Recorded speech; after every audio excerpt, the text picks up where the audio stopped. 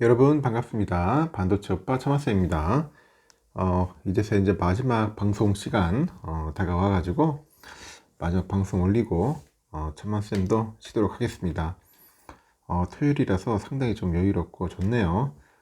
모처럼 낮잠도 자보고 좀 쉬었습니다. 좀 쉬다가 이것저것 자리도 챙겨보고 하다 보니까 시간이 훌쩍 지나갔네요.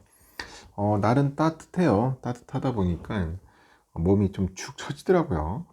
이상하게 휴일에는 그런 것 같아요. 날씨도 좋고 낮에는 너무 뜨거워서 밖에 나가기도 힘들고 그냥 집안에 딱 박혀 있어가지고 거의 방콕이죠, 방콕. 아주 조용히 하루를 한번 휴식을 취해 봅니다. 요즘 보니까 국내 주식시장의 그 투자 심리가 좀 얼어붙고 있는 것 같아요. 좀 얼어붙고 있고 2600선에서 올해를 맞은 그 코스피 지수는 그 밸류업이죠. 이 밸류업 정책 기대와 이 실적 장세로 한때 2800선까지 근접을 했었어요. 좀 오르면서 근접을 했는데 이 최근에 다시 또 연초 수준으로 돌아갑니다. 그러니까 대한민국 우리 K증시는 진짜 이거 할 짓이 아닌 것 같아요. 보면 지금 3천을 뚫었어야 하는데 못 뚫고 다시 후퇴를 했다는 겁니다. 이 금리 상승 우려가 또 커지면서 그런 일들이 발생을 해요. 그리고 하반기에 대한 증권가 예상은 희망적입니다. 희망적인데 코스피가 강세장을 좀 보이다 보니까 지수가 3100선까지도 넘볼 수 있다는 그런 전망이 나온다는 거죠. 금융정보업체 FN가이드 등에 따르니까 증권가는 하반기 증시가 강세라는 전망이 대부분이다, 그런 이야기를 하고 있고, 그래서 KB증권 그리고 신영증권 코스피 지수 상단으로 각각 2970선 2950선 이렇게 제시를 한 거죠. 지수가 하반기 중에 300포인트를 넘게 오를 거라고 보는 것 같아요. 300포인트 넓게 오를 것이다. NH투자증권은 상단으로 무려 3150선을 베팅합니다. 3150선을 이제 베팅한 거죠. KB증권은 하반기에는 일시적인 소비 경기 둔화를 예상하기 때문이라고 이제 밝혔는데, 이 증권사를 보니까 그 물가 상승분만큼의 임금 상승을 임금이 올랐다고 그 착각하는 그 방식의 그 화폐 환상에서 그 빠져나온 소비자들이 자신의 위치를 이제 깨달으면서 일시적으로 이제 소비가 위축될 것이다. 일시적인 경기 둔화는 금리 하락을 유도하는 거죠. 금리 하락을 유도를 하고 이 금리 하락은 주가 수익률을 높이기 때문에 증시에는 호재다, 이렇게 언급을 하는 겁니다. 메리츠증권은 증시 강세 이후로 대폭 커진 미국의 설비 투자를 꼽았습니다. 캐펙스를 꼽았는데 최근에 20년 동안 정체됐던 미국 설비 투자가 급격히 진행되고 있고요. 2010년 이후로 무형자산 투자에만 집중됐던 그런 흐름과는 정반대의 상황이 됐다고 하죠. 인공지능 붐과 에너지 인프라 투자 붐에 힘입어서 이 하반기 코스피는 수혜 기업들의 실적 개선이 두드러질 것이라고 언급을 했고요. 지난해부터 조금씩 우상향하는 과정 속에서 올해는 3천선에 안착할 전망이다, 이렇게 덧붙였습니다.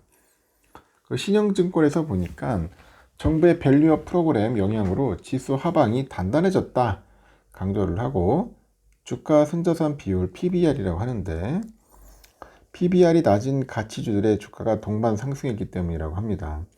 전문가들은 그 지수보다는 그 업종에 먹을 게 많다, 업종이 먹을 게 많다고 예상을 하는데, 업종 테마별로 보니까 신고가를 쓰고 있는 주도주들 위주로 접근해야 한다는 그런 의미예요.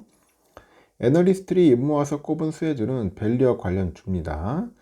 정부가 역량을 총동원해서 국내외 그 밸류업 세일즈에 나서고 있다 보니까 이만큼 확실한 동력을 받는 그 테마도 없다는 이야기인데, 국내 주식시장은 투자 확대로 밸류업 관련주인 가치형과 이 배당형 주식들이 매력적이라고 하면서, 그래서 오는 7월께 그 발표될 세법 개정안에서 배당 소득 분리 과세랑 그 밸류업 인센티브 등 여러 논의가 예정된 만큼 그런 수순대로 간다면은 밸류업 모멘텀이 코스피 수준을 한 단계 올릴 수 있을 것이다. 그렇게 이제 내다보는 것 같습니다.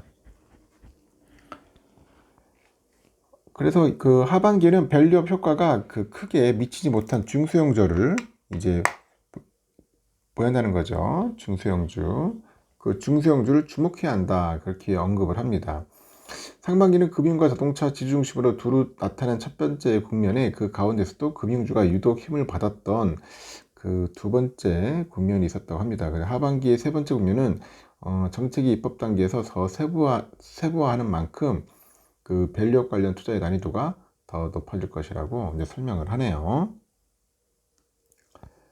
일본 사례를 보니까 이젠 수급이 이제 중소형주로 번질 차례라고 하죠.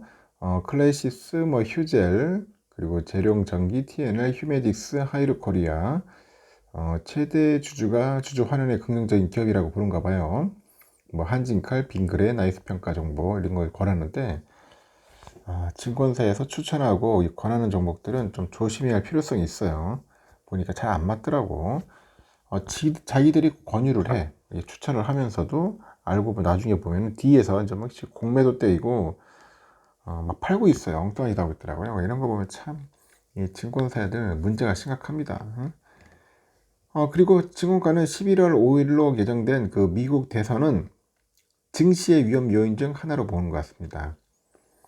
대선을 앞두고 민주당하고 공화당 모두 자국 위주의 정책을 내놓을 가능성이 있어서 그렇게 보는 것 같아요.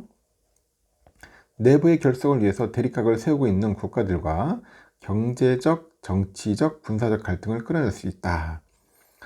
이런 시나리오들이 가능한 것만으로도 시장엔 불확실성으로 작용한다면서 대선 전후로 이제 포트폴리오를 재점검할 것을 권유하는 것 같습니다. 저도 뭐 미국 증시는 좋을 것 같아. 미국 증시는 좋게 올라갈 것 같지만은 K는 좀 매우 안 좋을 것 같습니다. 그래서 여러분들도 보시고 한국 주식 좀 조심하셔야 합니다. 신중하게 판단하고 투자를 해야 하지 않나 하는 생각이 듭니다. 투자 잘못했다가는 그대로 이제 물릴 수도 있고 상당히 어려움에 겪을 수도 있다는 겁니다.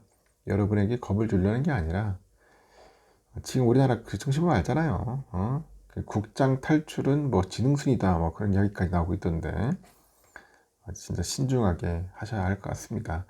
주식 투자해가지고 무조건 돈 번다는 생각은 버리셔야 돼요. 삼성전자도 상당히 좀 힘들어하는데 일단은 그래요. 증권가는 3천은 간다. 3천은 간다. 과연 3천이 갈지 안 갈지 저도 궁금해지는데 빨리 갔으면 좋겠습니다. 3천 돌파해가지고 3,500까지 그러려면은 삼성전자가 상승을 해야 한다는 거죠. 삼성전자가 상승해야지 3천원 돌파하지 않을까 하는 생각이 드네요. 일단은 여기까지 하겠습니다, 여러분. 편안한 밤 보내시고 내일 새벽 6시에 봬요. 굿나잇.